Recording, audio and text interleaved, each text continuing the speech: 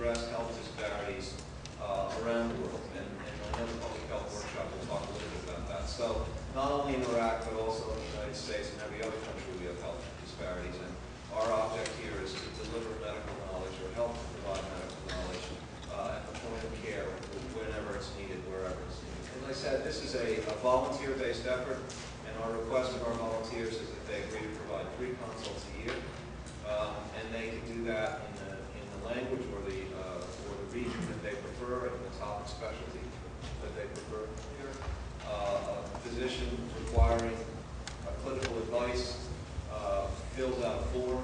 This is not email-based. This is actually secure socket layer connection, so we don't leave copies of medical records on top in SMTP servers.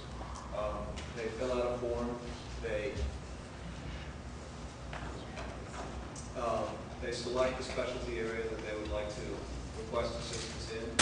Notification goes out to volunteers who are signed in that specialty in the form of an email link. They click on the link. It takes them to the consult. They can decide whether they can help.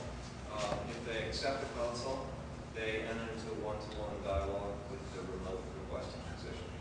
There is also a community of practice website. This is like a Facebook or social networking site where specialists can share information about their practice areas and what kinds of particular interests they may have.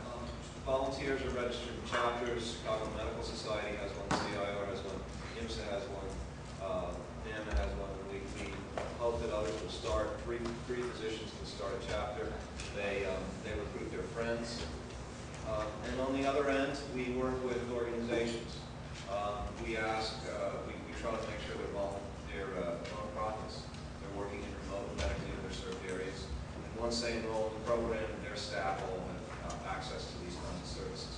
We want to make sure that patients aren't directly accessing this kind of service, and that the doctors who we're working with are operating in a manner consistent with the mission. We want to try to get people to have a better understanding about the global challenges, global responsibilities, the impact of being a volunteer. We want to see better health services at a lower cost in underserved areas. We want to build the capacity of healthcare volunteers on a global basis and try to provide assistance wherever needed. This kind of strategy has a lot of flexibility.